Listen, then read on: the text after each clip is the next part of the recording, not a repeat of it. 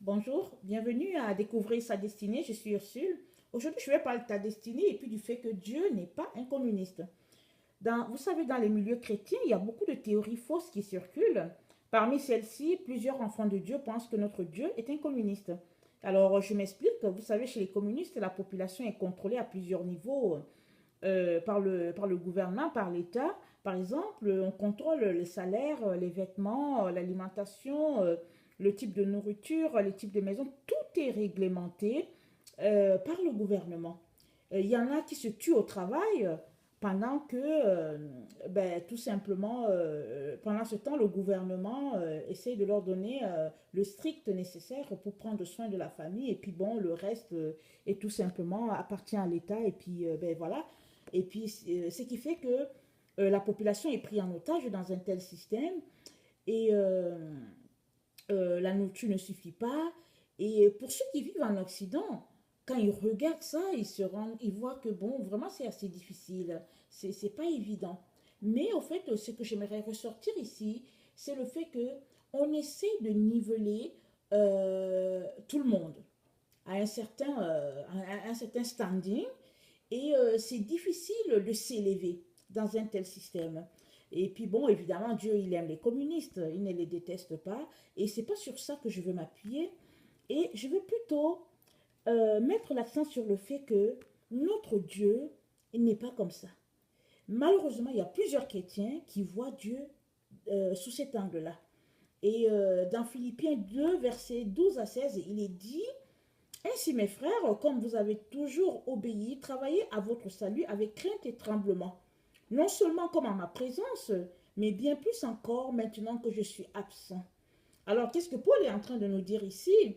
Eh bien, Paul nous encourage à nous efforcer pour que le royaume des cieux vienne sur la terre en travaillant pour faire la différence.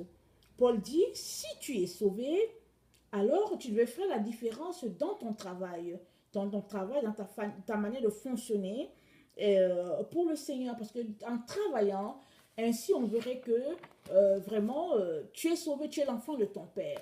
Et aussi, euh, Jésus aussi a dit que votre lumière luise ainsi dans les ténèbres, luise ainsi devant les hommes plutôt, afin qu'ils voient vos bonnes œuvres et puis qu'ils glorifient votre Père qui est dans les cieux. Alors pourquoi Jésus nous exhorte-t-il ainsi? Parce que nous sommes la lumière du monde. Et c'est nous qui sommes appelés à apporter cette clarté-là dans ce monde obscur. Nous sommes le sel de la terre et c'est nous qui apportons la saveur à notre monde. Et nous sommes donc en mission sur cette terre et Jésus nous exhorte à faire des bonnes œuvres afin que les gens qui ne connaissent pas le Seigneur puissent voir le Seigneur en nous à travers le travail que nous faisons. Donc ça veut dire que il y a des chrétiens qui travaillent plus que d'autres et d'autres peut-être moins, mais selon les capacités que Dieu nous a données, Jésus nous encourage à travailler. Tout ce qu'il est en train de nous dire, c'est que si tu es sauvé, il faut travailler. Il ne faut pas rester là à ne rien faire parce que les gens ne verraient pas en toi la gloire de Dieu. Alors, malheureusement, c'est pas comme ça, hein, c'est pas ce qui se passe vraiment dans le milieu chrétien parce que il y en a qui sont sauvés depuis longtemps, mais pour une manière, pour une raison que je ne peux pas m'expliquer, eux, ils sont tout simplement là. Ils attendent tout simplement que Jésus vienne les chercher parce que, bon, on sait tous que Jésus reviendra chercher les siens. Et on se retrouve souvent en tant qu'enfant de Dieu pris dans ce piège-là en nous disant que oui, Jésus reviendra un jour et il nous prendra puisqu'on lui a donné notre vie. Et puis, bon, les tenants de cette théorie-là, de cette pensée, bon, vivent leur vie hein, comme dans le monde. Ils sont là, des chrétiens dans le monde, mais il est tellement difficile de faire la différence entre le monde et eux, parce que tout simplement, bon, ils sont sauvés un jour, et pour eux, ils sont sauvés toujours. Mais notre Seigneur nous exhorte à travailler pour lui. à laisser de côté les préoccupations de ce monde et à nous concentrer à son travail. Ben, que ce soit du côté des finances, que ce soit en utilisant nos pieds pour porter l'évangile, que ce soit en allant aider les gens, que ce soit en priant pour les autres, Jésus nous exhorte à travailler à notre salut, c'est-à-dire à travailler tout simplement parce que, écoutez, nous sommes sauvés, le salut nous a été donné gratuitement et en retour, nous devons prouver au monde que Jésus est vivant, Jésus est là et puis Jésus veut les attirer à lui. Et maintenant, euh, comment pouvons-nous euh, sortir de ce slogan-là de ce siècle qui dit que sauver un jour, sauver toujours? Parce que ce slogan n'est pas vrai. Et si tu marches selon ce slogan-là, tu fais donc partie de ceux-là qui pensent que Dieu est communiste. Parce que si Dieu était un communiste, vu que tout le monde est nivelé, tout ce que tu fais est nivelé, donc il y a des chrétiens qui pensent tout simplement que, au fait, Jésus va venir, on a donné notre vie, Jésus viendra, il sauvera tous les chrétiens qui ont un jour donné leur vie au Père, qu'ils aient mené une vie de sainteté ou pas, qu'ils aient marché pour le Seigneur ou pas, ils seront sauvés, ils seront enlevés. Et alors, Paul nous dit dans 1 Corinthiens 3,14, si l'œuvre bâtie par quelqu'un sur le fondement subsiste, il recevra une récompense. Si l'œuvre de quelqu'un est consumée, il perdra sa récompense. Pour lui, il sera sauvé, mais comme au travers du feu. Encore ici, Paul est en train de nous montrer que, oui, pour ceux-là qui sont sauvés, il y aura une différence même dans les récompenses. Une fois devant le Père, on n'aura pas tous les mêmes récompenses. Il y a certains qui auront peut-être, je ne sais pas comment les mesurer, qui auront des grosses récompenses, d'autres des petites. Et puis, le passage que nous venons de lire dit que d'autres même n'auront aucune récompense. Ils seront sauvés comme à travers le feu. Alors, moi, je veux t'encourager, toi qui m'écoutes, euh, à sortir de la mentalité selon laquelle tout le monde recevra la même récompense, tout le monde sera traité au même pied d'égalité. Oui, nous serons tous traités au même pied d'égalité parce que nous sommes sauvés. Le salut est gratuit, il y a une personne qui a payé pour ça, et cette personne-là, c'est Jésus, nous n'avons rien fait pour l'avoir. Mais maintenant que nous sommes sauvés, nous devons tout faire pour faire entrer les autres.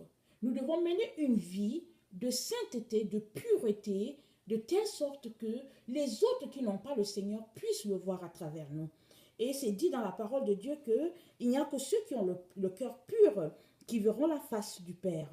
Et cela ne veut pas dire que ces gens-là ne pêchent pas. Ça veut tout simplement dire que ces chrétiens-là, c'est des personnes qui, à chaque jour, vivent une vie de sanctification, une vie de renoncement pour que le royaume de Dieu puisse se propager sur la terre. Alors, moi, j'aimerais t'encourager, toi qui m'écoutes, euh, à réaliser que chacun moissonnera ce qu'il aura sémé sur cette terre. Chacun. Il n'y aura pas quelqu'un qui aura sémé, par exemple, des grains d'arachide et puis qui récoltera, par exemple, des oranges. Si tu as sémé des grains d'arachide, tu récolteras des arachides. Et si tu n'as rien sémé, tu ne récolteras rien. Et donc voilà, alors je veux vraiment t'encourager à changer ta mentalité, à changer ta pensée. Si tu es cette personne-là qui a cette pensée-là erronée, cette pensée-là flyée, croyant que, ben, écoutez, tout le monde aura le même traitement. Et puis, je voulais quand même t'encourager, avant de clore cette vidéo-là, j'aimerais t'encourager euh, à mettre ta vie en ordre si tu connais le Seigneur et que ta vie n'est pas vraiment en ordre. J'aimerais t'encourager à retourner au pied de la croix, à vivre une vie de sainteté et de pureté, parce que notre Seigneur Jésus est à la porte. Et nous sommes la génération qui verra le retour triomphant du Messie. Et tous les signes sont déjà là, confirmant cela. Et répentons-nous vraiment que chaque jour nous puissions mener une vie vraiment loin de la débauche, loin du péché, afin que notre Seigneur nous trouve prêts en revenant, parce que c'est dit dans la parole que quel est le serviteur que le maître trouvera en train de travailler, en train de prendre soin des brebis. Et quand le passage parle de serviteurs, il ne parle pas seulement des pasteurs, des évangélistes, il parle de tout le monde, tous les enfants de Dieu. Chacun a du travail à faire. Il y a toujours du travail à faire dans le royaume de Dieu. Et puis, si toi, tu ne connais pas le Seigneur, et je t'invite vraiment à inviter Jésus à entrer dans ta vie, parce que Jésus a les bras tendus et Jésus t'appelle à venir à lui. Il veut se révéler à toi, parce qu'il est le seul qui peut t'accorder un avenir, un bonheur avec sécurité sur cette terre. Donc, maintenant, fais-tu partie de ceux-là qui attendent Jésus dans 10 ans, dans 20 ans peut-être? Peut-être que c'est cela ton comportement, ce qui fait que tu ne bouges pas beaucoup. Quand on te parle, quand tu entends parler de la fin des temps, tu ne bouges pas beaucoup parce que tu te dis que tu as encore le temps. Alors, si tu fais partie de ces personnes-là, j'aimerais tout simplement te dire que non, non, non, lève-toi, réveille-toi parce que Jésus peut venir même aujourd'hui. Et il est temps vraiment d'être prêt. C'est important qu'on soit prêt à tout moment, à chaque instant, parce que Jésus peut venir n'importe quand. Merci.